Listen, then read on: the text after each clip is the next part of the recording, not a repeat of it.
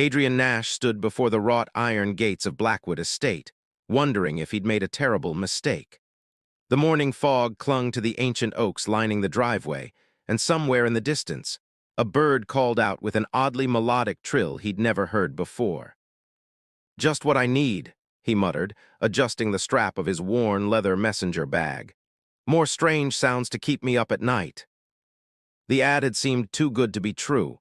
A fully furnished wing in a historic countryside manor, private gardens, and all utilities included, at a fraction of what his cramped city apartment had cost. But after 3 failed architectural projects and a reputation in tatters, Adrian couldn't afford to be picky. The gates swung open with a whisper-quiet precision that seemed at odds with their weathered appearance. Adrian followed the curved driveway, gravel crunching beneath his boots, until the manor proper came into view. His architect's eye couldn't help but admire the seamless blend of Victorian grandeur and subtle modern touches. The windows seemed to catch the light in unusual ways, and the stone walls had an almost pearlescent quality.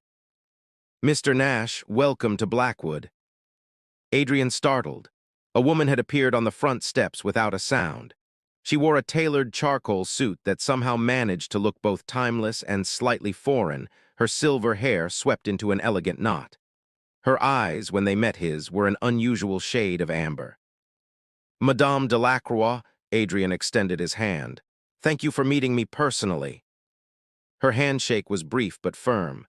"I prefer to know who inhabits my home. Please come inside. The morning air has a bite to it." The foyer breathed old money and careful preservation, but again, something felt slightly off.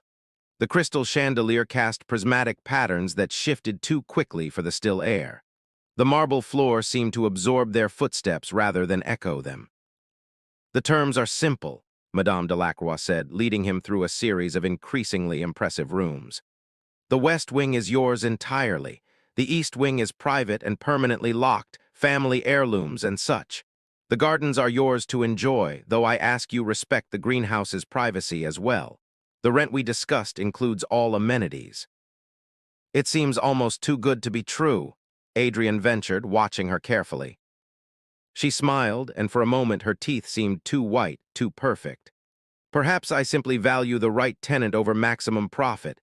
You have an artist's soul, Mr. Nash, but also an engineer's precision. The house responds well to such combinations."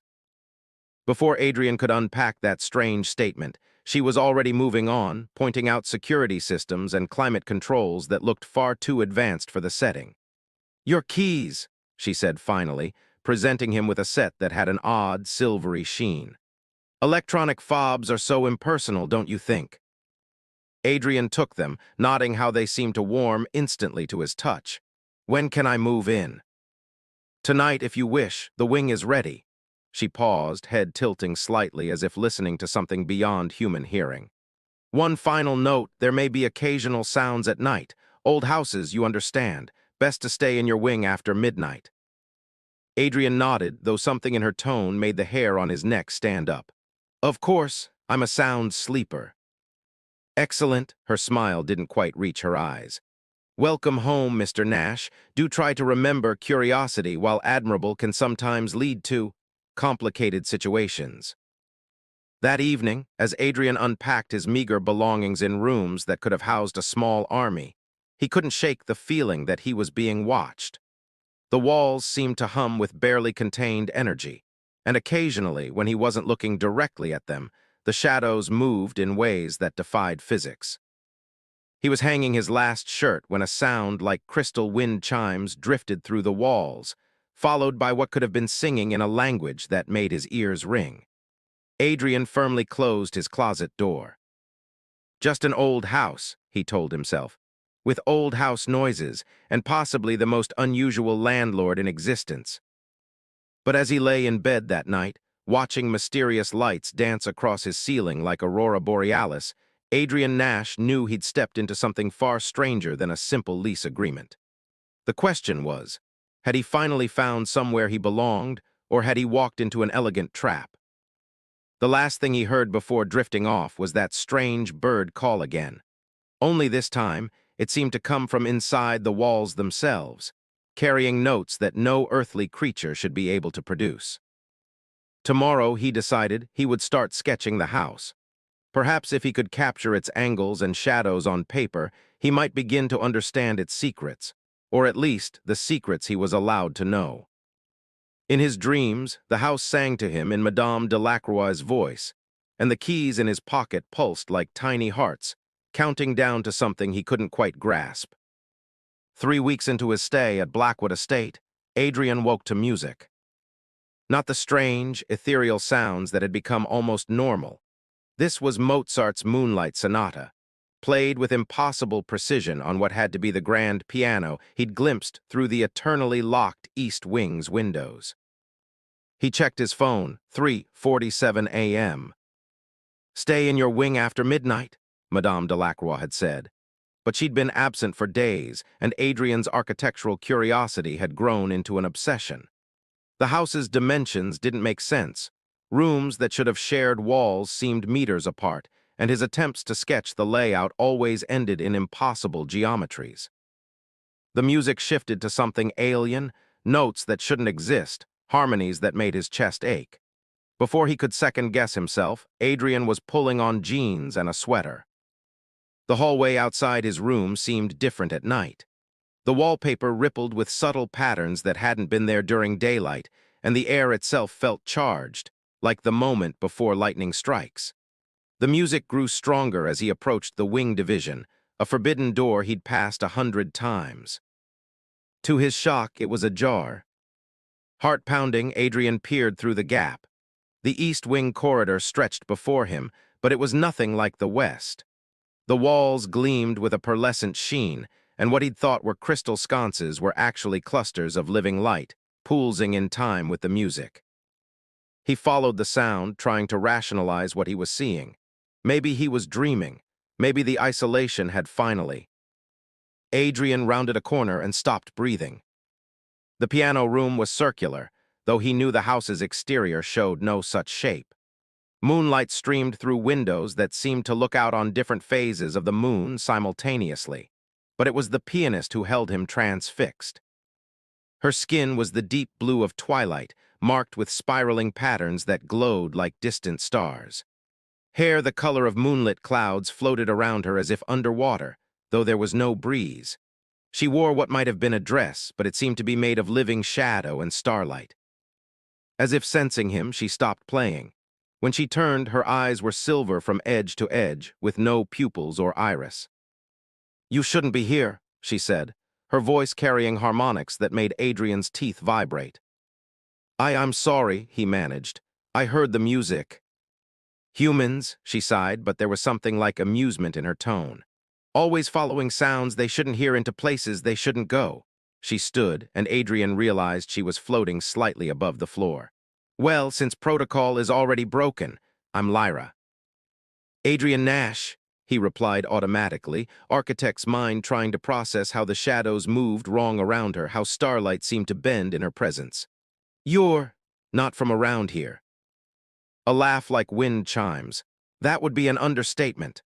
She drifted closer, head tilted in curiosity. "You're not running. Most humans run when they see me."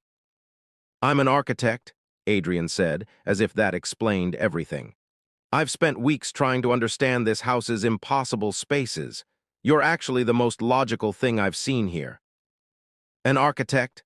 Now she looked genuinely interested, circling him like a curious star. "No wonder Mother chose you. We so rarely get humans who understand spatial mathematics." "Mother, you mean Madame Delacroix?" "In a manner of speaking." Lyra gestured, and the air between them filled with geometric shapes that shouldn't have been possible in 3 dimensions. "What do you see?" Adrian reached out, fascinated despite his fear. The shapes responded to his movement, reorganizing themselves. It's like a blueprint, but it's alive. This is the house, isn't it? The real house." "Very good," she smiled, and stars wheeled in the patterns on her skin.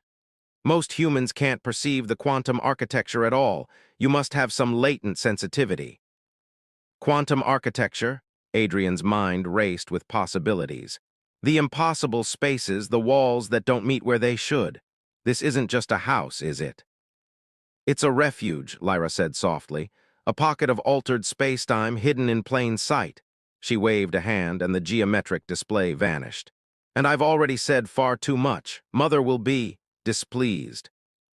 Wait, Adrian called as she turned to leave. Will I see you again? Lyra paused, looking back with those sterling eyes. That would be unwise. Humans and star children aren't meant to mix. Star children. Forget I said that, but she was smiling again. Though, I do enjoy Mozart, and this piano was meant to be played if someone happened to be awake at this hour tomorrow. She vanished between one blink and the next, leaving only a faint scent of ozone and starlight. The room slowly faded back to normal, though Adrian could still see ghostly afterimages of impossible geometries. Back in his room, he spent the rest of the night sketching frantically, trying to capture the quantum blueprints he'd seen, the way space folded around Lyra like origami made of light. His rational mind insisted this had to be a dream, but the graphite under his fingernails and the lingering melody in his head argued otherwise. Just before dawn, he heard that bizarre bird call again. Only now he wondered if it was a bird at all, or something else entirely, something that sang in frequencies Earth's atmosphere was never meant to carry. Adrian looked at his sketches, at the way he'd tried to capture Lyra's otherworldly grace in simple graphite. He'd come to Blackwood Estate looking for quiet, for a chance to rebuild his career in peace. Instead, he'd found a mystery that defied physics, a house that broke geometry, and a woman made of starlight who played Mozart at 4 a.m. Unwise, he murmured, already knowing he'd be awake at the same time tomorrow. Definitely unwise. But then, he thought, watching the dawn paint his impossible sketches in shades of promise, when had wisdom ever led to anything extraordinary? Their midnight meetings became a delicate dance of discovery. Each night, Adrian would find new reasons to venture into the East Wing, always after the strange bird call that he now knew was Lyra's signal. And each night, she revealed another fragment of her world while he shared pieces of his. So humans build spaces without considering quantum fold potential at all? Lyra asked one night, hovering cross-legged above the piano bench while Adrian sketched her. Her skin was shifting through deeper shades of blue, matching the midnight sky outside. We mostly stick to 3 dimensions, Adrian replied, trying to capture the way starlight seemed to orbit her like tiny moons. Though some architects push the boundaries, I lost my last project trying to design something that broke traditional spatial rules. Show me, her silver eyes brightened with interest. Adrian hesitated, then pulled out his tablet, opening the designs that had cost him his reputation. I wanted to create spaces that changed based on emotional resonance, rooms that expanded with joy or contracted with sorrow. Everyone said it was impossible. Lyra drifted closer, her hair brushing his shoulder like cool silk. They were wrong. She touched the screen, and suddenly the designs lifted off it, becoming 3-dimensional holograms of light. You were just missing the quantum equations. Look. She began manipulating the light structures, adding graceful symbols that burned themselves into Adrian's mind. If you adjust the spatial constants here and here, the model shifted, becoming something that made his eyes water with its beauty. See, emotion can absolutely affect quantum states. That's how our architecture works. Adrian caught the slip. Lyra's glow dimmed slightly. I shouldn't talk about them. The less you know about my people, the safer you are. Safe from what? But she had already changed the subject, asking him about Earth music and why humans found mathematical beauty so frightening. It went on like this for weeks. Every night, another piece of the puzzle, another moment of connection. Adrian taught her about human art and architecture. She showed him how to see the quantum layers of reality that existed alongside the mundane world. Sometimes they would sit in the greenhouse, where plants from a dozen worlds grew in impossible configurations. Lyra would tell him stories about distant stars, always careful to never name them or reveal too much. Adrian would sketch her among the alien flowers, trying to capture the way she seemed most at ease surrounded by things that defied Earth's natural laws. Why do you stay? He asked one night, as they watched aurora-like lights dance across the greenhouse's quantum glass ceiling.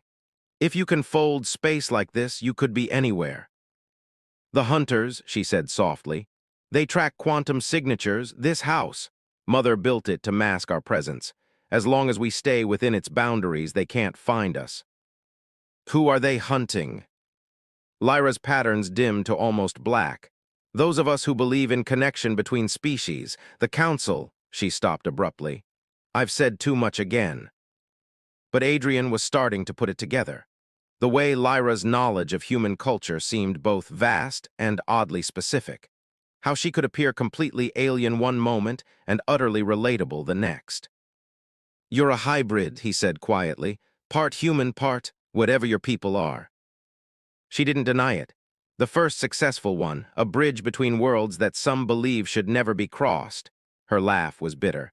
They call us star children, those of us born between species. There aren't many, most don't survive the synthesis. Adrian reached for her hand before he could stop himself. To his surprise, she let him take it. Her skin felt like cool silk over steel, and where they touched, tiny sparks of starlight danced between them. Is that why you play Mozart? Because of your human side? I play Mozart because it's beautiful, she said simply. Just as I study human architecture because it shows me new ways to think about space. Just as I... She trailed off, looking at their joined hands. As you what? As I spend time with you because you make me feel less alone. The words seemed to cost her something. Star children aren't supposed to form attachments. We're supposed to be perfect synthesis machines, combining the best of both species without the messy complications of emotion. Adrian thought about the emptiness that had driven him to Blackwood Estate, the loneliness of being the only one who saw the world differently. Maybe attachment isn't a weakness. Maybe it's what makes both our species worth preserving.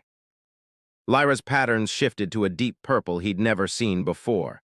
Mother says something similar. It's why she built this place, not just as a refuge, but as a proof that coexistence is possible.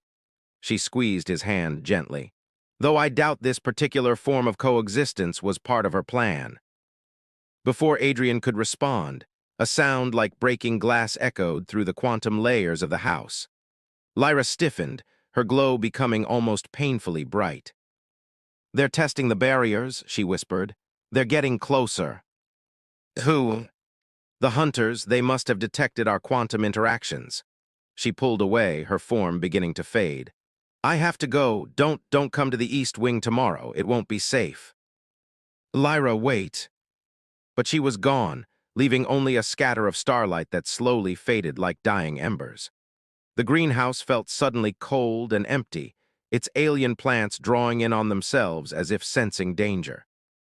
Adrian looked down at his sketchbook, at the pages filled with quantum equations he was slowly learning to understand. He thought about Lyra's stories of hunters and councils, of bridges between worlds that some wanted to burn. He had come to Blackwood Estate looking for peace. Instead, he had found a war he didn't fully understand, and a woman who defied understanding altogether. As he walked back to his wing, the house's quantum layers seemed to pulse with warning. Tomorrow night would change everything. He could feel it in the way the walls hummed, in the way his key grew cold against his skin. The question was, when the moment came, would he choose safety or starlight? The hunter arrived at noon, wearing a business suit and a smile that never reached his eyes. Building inspector, he told Adrian at the door, presenting credentials that seemed to shift and blur. We've had reports of unusual energy signatures in the area. Adrian's key burned cold in his pocket, a warning. I'll need to check with the owner. Of course, the man's smile widened, showing too many teeth. I'm Cassius Drake, I'll wait right here. But as Adrian turned to close the door, Drake's hand shot out, touching the frame. Where his fingers met the wood, frost patterns spread in geometric shapes that made Adrian's head hurt. Interesting architecture, Drake said softly. Quantum reinforced, old school but effective. Tell me, Mr. Nash, have you noticed anything unusual about your residence? Before Adrian could answer, a familiar voice cut through the tension. Mr. Drake? Madame Delacroix appeared at the end of the hallway, elegant as ever. This is private property. Drake's smile became predatory. Ah, the famous mother still collecting strays. This is a registered sanctuary under the Proxima Accords. Madame Delacroix's amber eyes seemed to glow. You have no jurisdiction here. The accords are being renegotiated. Drake pulled something from his pocket that looked like a silver pen, especially regarding genetic anomalies. Adrian felt the house shudder around them. In the quantum layers he'd learned to perceive, he saw energy patterns shifting, preparing for conflict. Adrian, Madame Delacroix said calmly, please go to your room. But, now, he backed away as the air between Delacroix and Drake began to crystallize with impossible frost. The last thing he saw before rounding the corner was Drake's form shifting, his suit melting into armor that absorbed light like a black hole. In his room, Adrian paced, listening to sounds no human language had words for. The house's quantum barriers flared visible, layers of space-time hardening against attack. Through his window, he saw the sky darkening unnaturally, stars becoming visible at midday. You should have run. He turned to find Lyra materializing, her patterns pulsing with agitation. I'm not leaving you. This isn't your fight. You made it my fight when you showed me your world. He pulled out his sketchbook, opening to the quantum equations she'd taught him. These aren't just mathematical concepts anymore. They're part of who you are, who I'm becoming. A crash echoed through the house, and Lyra flinched. Drake is a quantum hunter. He can track star children across galaxies. Mother's barriers won't hold forever. Then we need a new kind of barrier. Adrian spread his sketches across the floor. Something that doesn't just hide quantum signatures but transforms them, like my emotional architecture project. Lyra's eyes widened. Adrian, that's impossible, he smiled. You showed me impossible doesn't exist. Help me build it. For a moment, she hesitated. Then her hands began to glow, and the sketches lifted into the air, forming three-dimensional models. We'll need to reconfigure the entire house's quantum matrix if we make a mistake. We won't. They worked frantically as the battle raged below. Adrian's human intuition combined with Lyra's Starchild knowledge, creating something neither of their species had seen before. The house responded to their work, its quantum layers shifting like clay under a sculptor's hands. Then Drake's voice echoed through every dimension at once. Found you. The door burst inward, frost and darkness boiling through. Drake stood in the doorway, his form barely humanoid now. Touching, he said, gesturing at their work, but futile. The council sends their regards, abomination. He raised his weapon, only to freeze as the new quantum matrix activated. The house's architecture began to shift, responding to the emotional resonance of its inhabitants. Adrian's impossible dream made real through Lyra's understanding of space-time. Walls folded through dimensions that shouldn't exist. Rooms rearranged themselves based on the love, fear, and determination flooding through their creators. Drake's quantum tracking systems went haywire, unable to distinguish individual signatures in the emotional chaos. What have you done? He snarled. Created something new, Madame Delacroix said, appearing behind him. Just as my daughter is something new, just as humanity might become if given the chance. She raised her hand, and the house responded, its quantum matrix resonating with her power. Drake had time for one last look of disbelief before the architecture itself ejected him from its transformed space. The aftermath was silent but for the soft hum of stabilizing quantum fields. Adrian looked at his sketches, now forever altered by their integration with alien science. Will he be back? With reinforcements, Madame Delacroix said grimly. What you've created here is remarkable, but it's also proof of exactly what the Council fears, that humans and star children together might change everything. Lyra touched Adrian's hand, sending sparks of starlight dancing between them. Then let them fear, we'll be ready. Outside, the sky slowly returned to normal, hiding the stars that had witnessed their defiance. But inside Blackwood Estate, in the spaces between dimensions where human architecture met alien science, something new continued to grow. The house hummed with possibility, its quantum matrix now forever tuned to the emotional resonance of its inhabitants, a bridge between worlds that would never be the same. In the days following Drake's attack, Blackwood Estate transformed. Adrian's emotional architecture merged with the existing quantum matrix, creating spaces that shifted and flowed with the feelings of its inhabitants. The East Wing's boundaries became fluid, responding to the growing trust between human and Star Child. "The Council won't stop," Lyra said one evening as they sat in a room that expanded and contracted with their breathing. Her patterns swirled with worried colors. Drake was just the first. "Then we'll keep improving the defenses." Adrian sketched new quantum equations in the air, watching them integrate with the house's matrix.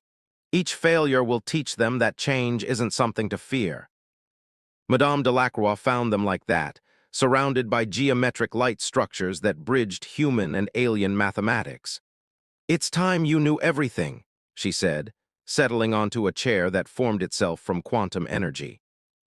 She told them of a war spanning galaxies, not fought with weapons, but with ideas. Of a council that believed genetic purity was the only path to survival, and a resistance that saw hybridization as evolution's next step. Of other sanctuaries like Blackwood Estate, hidden in plain sight on countless worlds. "The house was never just a refuge," she explained.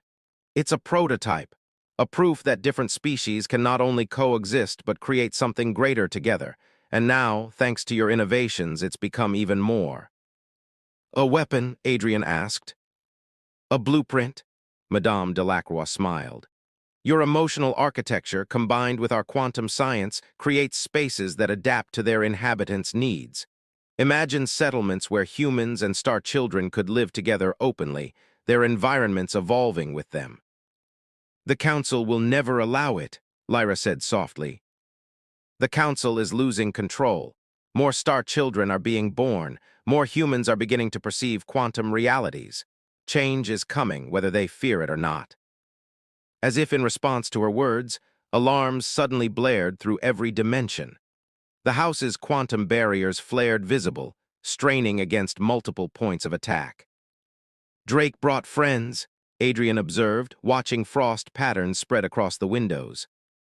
Madame Delacroix stood. "Many friends, they mean to overwhelm our defenses through sheer numbers." But something was different this time.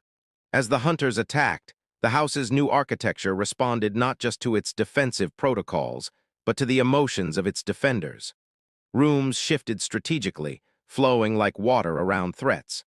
Quantum barriers resonated with Adrian and Lyra's combined determination, strengthening beyond their original design. "They can't track us," Lyra realized, watching the hunters' confusion through quantum glass windows. "The emotional matrices are too complex for their systems to decode." "And getting more complex by the minute," Adrian added. Every human feeling, every Star Child energy pattern was being incorporated into the house's evolution.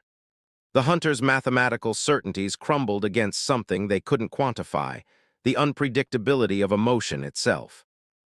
In the end, they never even breached the outer barriers. The Council's forces retreated, leaving behind weapons that crumbled into quantum dust. "They'll adapt," Madame Delacroix warned. "Find new ways to attack." "So will we." Adrian took Lyra's hand, watching starlight dance between their joined fingers. "Every failure teaches them that their fear is wasteful. Every retreat proves that evolution can't be stopped. And every moment shows them that love is the most powerful quantum force of all," Lyra added, her patterns glowing with colors he'd never seen before. Later, as Earth's sun set and distant stars became visible, Adrian stood in his room, now connected to both wings, its walls rippling with combined human and alien aesthetics. His architectural dreams had evolved into something far beyond their original scope. Just as he had evolved, learning to see reality's quantum layers, learning to love someone who defied definition. Having second thoughts, Lyra materialized beside him, her form more solid than ever in the house's new matrix. "About breaking universal laws of physics and helping spark an interstellar cultural revolution," he smiled. "Never. though I do miss simple things like walls that stay where you put them. Boring, she waved a hand, and the room transformed around them, becoming a space that expressed their shared joy in ways neither human nor alien architecture could achieve alone. The universe's change, evolution, adaptation, we're just helping it along. Through the quantum glass windows, they could see Madame Delacroix in the garden, already teaching other human star-child pairs how to manipulate the new architectural principles. Soon, there would be more sanctuaries like Blackwood Estate, more impossible spaces where love could break down barriers between species.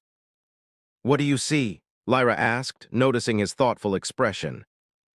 Adrian pulled out his sketchbook, opening to a new page. "The future. Want to help me design it?" Above them, Earth's moon rose alongside alien stars that only they could see. The house hummed with quantum energy, its emotional matrices recording and amplifying every moment of connection. And in a room that defied physics to express something greater than mathematics, an architect and a star-child began drawing bridges between worlds, one impossible line at a time. Outside, that strange bird call echoed through dimensions, but it wasn't a warning anymore. It was a celebration, a song of barriers broken and horizons expanded. A promise that sometimes the most beautiful designs come not from careful planning, but from the wild, wonderful chaos of hearts beating in quantum synchronicity. The simple lease had become something far more complex. But then, Adrian thought, watching Lyra's starlight patterns dance with joy, the most meaningful things in life rarely followed simple plans.